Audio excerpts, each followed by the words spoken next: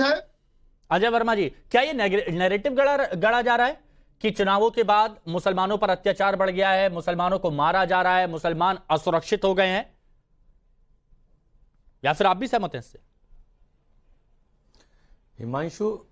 हिमांशु एक शेर सुन लीजिए कि लोग टूट जाते हैं एक घर बनाने में, लोग टूट जाते हैं एक घर बनाने में, और पॉलिटिकल विंडेटा के तहत आप बाज नहीं आते हो बस्तियां जलाने में, बस्तियां उजाड़ने में।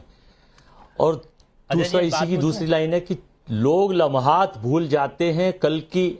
हाँ नहीं आप कंप्लीट करें, पहले पूरा सुन लीजिए हजूर, कि लोग लम्हात भूल जाते हैं, कल की हर बात भूल जाते हैं, और चंद ताकत का आसरा पाकर अपनी औकात भूल जाते हैं। तो भैया लोग आते हैं, सत्ता आती है चली जाती है, हम रहे कितने साल, आप रहे 10 साल, आने अब आप पहले आप पावर में थे, अब आप NNN की सरकार है।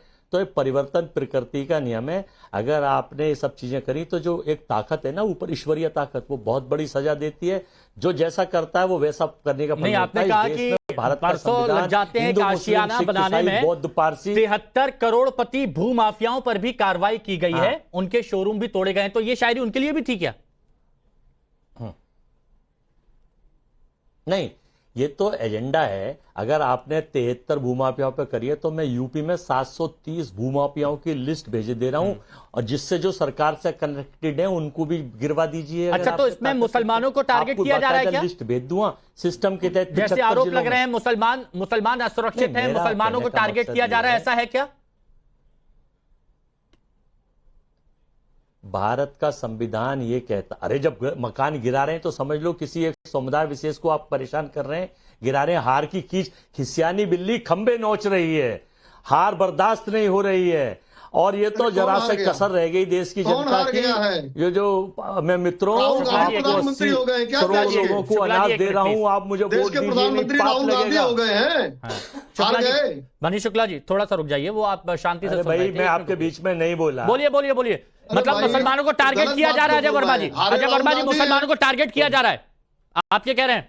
हिमांशु जी, इस देश में भाजपा के लोगों को छोड़ के सबको टारगेट किया जा रहा है। चुने हुए मुख्यमंत्री को जेल भेजा जा रहा है, और जब येदुरप्पा पे पास्को केस लगता है और उसको उठा के जेल की बात आती है तो कहते हैं उसे VIP प्रोटोकॉल चाहिए। हेमंत सोरेन चुने हुए मुख्यमंत्री। अच्छा नहीं, पहले उस नैरेटिव की बात कर लेते हैं, पहले उस जगह उस मुद्दे की बात कर लेते हैं जो बार बार कहा जा रहा है कि मुसलमानों के घर अकबर नगर में तोड़े गए, मुसलमानों के घर अकबर नगर में तोड़े गए, ये बात कही गई, मुसलमानों की हत्या की गई। पहले इस पर जो वाइस एलडीए के, सुनिए ना एलडीए के वाइस चेयर, सुनिए एलडीए के वाइस चेयरमैन, उनसे हमारे सहयोगी ने बात करी, जरा वो भी सुनते हैं, बहुत जरूरी है।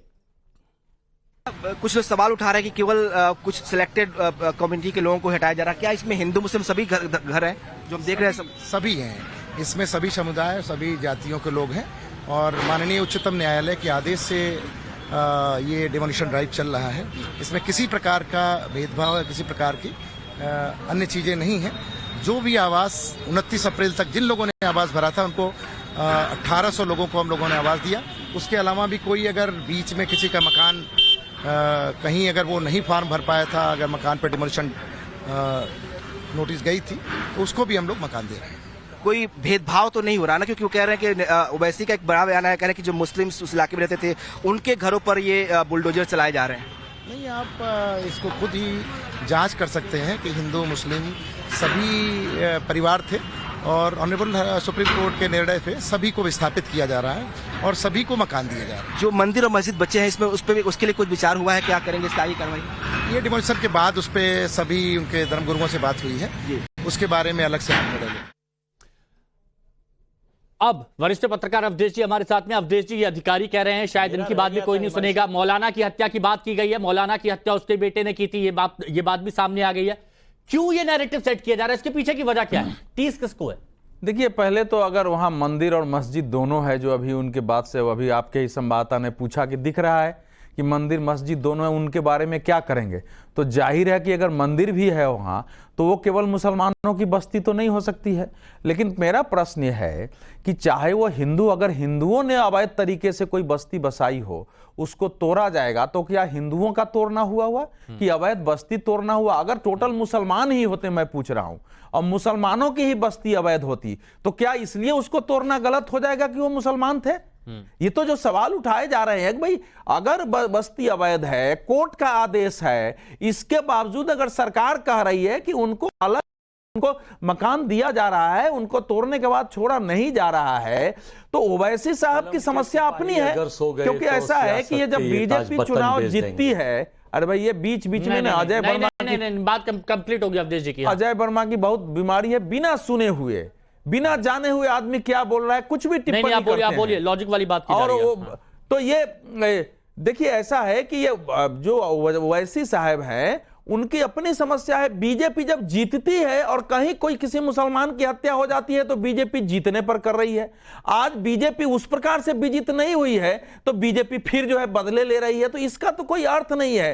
हर चीज में हिंदू मुसलमान ढूंढना इस देश में जो 1947 में जिस विषय को खत्म मान दिया गया था, उसको नए सिरे से पता नहीं किस षड्यंत्र के तहत फिर से खड़ा करने की लगातार कोशिश हो रही है, उसका असर भी दिख रहा है। इसमें हिंदू मुसलमान कहां है? मैं ये तो मानता हूं कि अगर उत्तर प्रदेश में, किसी भी प्रदेश में, चाहे वो हिंदू हो या मुसलमान हो, अगर उसकी हत्या हुई है तो वो भी कानून व्यवस्था पर प्रश्न चिन्ह। लेकिन ये बात अब बताइए हत्या के बाद अगर कानूनी कार्रवाई नहीं हो रही है कि अगर मुसलमान मारा गया है उसमें कानूनी कार्रवाई नहीं हो रही है तो आप सरकार को कटघरे में खड़ा करिए, वो तो सबका अधिकार है। लेकिन ये कह देना कि कोई मुसलमान कहीं मर गया, अच्छा आंकड़े निकालिए। मैं पूछ रहा हूं कि उत्तर प्रदेश में पिछले 5 दिनों में जितनी हत्याएं हुई हैं, आंकड़े निकालिए। अगर उसमें 50 हिंदुओं की हत्या हुई है, 7 मुसलमानों की हुई है, तो आप क्या मान लेंगे कि 43 हिंदुओं के हत्याओं के खिलाफ हिंदुओं की हत्या हो रही है? दानिश जी मेरा सवाल बस यही था, सिलेक्टिव अप्रोच को क्या देखना है वही मैं देखूंगा, बाकी कुछ नहीं देखूंगा, ऐसा क्यों? देखिए, सबसे पहली बात तो मंशु मैं एक दो बात बताऊं। एक तो जो मनीष शुक्ला जी बैठे हैं, उन्होंने ये कहा कि 800 जैसे घर जो है विस्थापितों को दिए गए, और अभी जो जिन अधिकारी की आप बात कर रहे थे, जो शायद सुप्रीम के अदालत तक की बात कर रहे थे, उन्होंने 1800 मकान की बात। तो ये जो भारतीय जनता पार्टी का जो नैरेटिव प्रशासन के ऊपर जिस तरीके की पाबंदी लगाने का जो काम है, ये तो आ गया खुल के। सर मैं एक आंकड़ा बता देता हूं जो अधिकारियों से बात हुई है, प्लीज अगर कोई कंफ्यूजन हो इसलिए मैं बोल रहा हूं। 1800 परिवार को पीएम आवास आवंटित और 800 से ज्यादा को घर दे दिए गए। अगर घर नहीं मिला है तो उसकी लड़ाई हो सकती है। नहीं, मैं कह रहा हूं नहीं, आंकड़ों के बावजूद घर नहीं मिला है तो ये निश्चित रूप से न्याय की लड़ाई का विषय होना चाहिए। लेकिन इसको जबरदस्ती लाना, अगर नहीं मिला है तो हिंदुओं को भी नहीं मिला होगा, मुसलमान को भी नहीं मिला होगा। मैं उसमें नहीं, तो मेरा पॉइंट यही था। क्यों बना रहे हैं भाई? मेरा पॉइंट यही था दानिश जी, मेरा पॉइंट यही था कि सिर्फ मुसलमान ही क्यों नजर आते हैं AIMIM? मैं जवाब देता हूं। जवाब तो सुन लीजिए। देखिए, भारतीय जनता पार्टी के प्रवक्ता से आपने जो पूरी बात सुनी, पूरी बात में उन्होंने ये कहा कि वहां बहुत बड़े बड़े शोरूम बने। उन्होंने एक बार भी वहां पर जो वो तो दिख रहा है वीडियो में। ऐसे हिमांशु ऐसे इंटरप्ट करेंगे तो आप इंटरप्ट नहीं कर रहा हूं, केवल दिख रहा है। इंटरप्ट करते हैं तो ये गलत वो 73 करोड़पति भूमाफियाओं की बात हो रही है। चलिए ठीक है, कंटिन्यू करिए। हाँ कंटिन्यू। आप बड़े हैं, आप हिमांशु जी 1 मिनट रुकिए। शुक्ला जी प्लीज आ रहा हूं। शुक्ला जी रुकिए, नहीं करता, मैं खत्म कर लूं, इसके बाद जवाब दीजिएगा शुक्ला जी। अब सवाल यहाँ ये आके खड़ा है कि वो जो बात कह रहे हैं वो बड़े बड़े शोरूमों के और IT की बात कर रहे हैं। मुझे ये बताइए कि अगर बड़े बड़े शोरूम और IT का मसला ये ना होता तो आज उन लोगों को अगर मैं ये कह रहा हूं कि शायद वैध है या नहीं है 2 नंबर की बात है, लेकिन मुझे ये बताइए कौन इस तरह से अवैध जगह पर रहना चाहता है? अगर उनके पास आर्थिक स्थिति है तो लेकिन सुनिए, मैं वही कह रहा हूं। एक minute Shukla ji please, 1 minute Shukla ji रुकिए ना। शुक्ला जी रुकिए, पॉइंट ये है ही नहीं प्रशासन के मामले में। नहीं, मुझे ये बताइए घर चलेगा, अतीत के खाते का घर चलेगा, किसानों की हत्या में चलेगा नहीं चलेगा? दानिश जी देखिए, फिर मैं ये कह रहा हूं पॉइंट ये है ही नहीं, पॉइंट ये है ही नहीं। सुनिए, मैं ये कह रहा हूं सियासत सिर्फ मुसलमानों के नाम पर क्यों? उसको मेडल मिलना चाहिए। सुनिए, सियासत सिर्फ मुसलमानों के नाम पर क्यों, ये बताइए। मैं आपसे पूछ रहा हूं। अरे मुझे ये बताइए, सियासत सिर्फ मुसलमानों के नाम पर क्यों? चलिए बात मुसलमानों की क्या किसानों की हत्या की बात नहीं है। अरे आप सिर्फ मुसलमानों की बात करते हैं, सिर्फ मुसलमानों की बात करते हैं।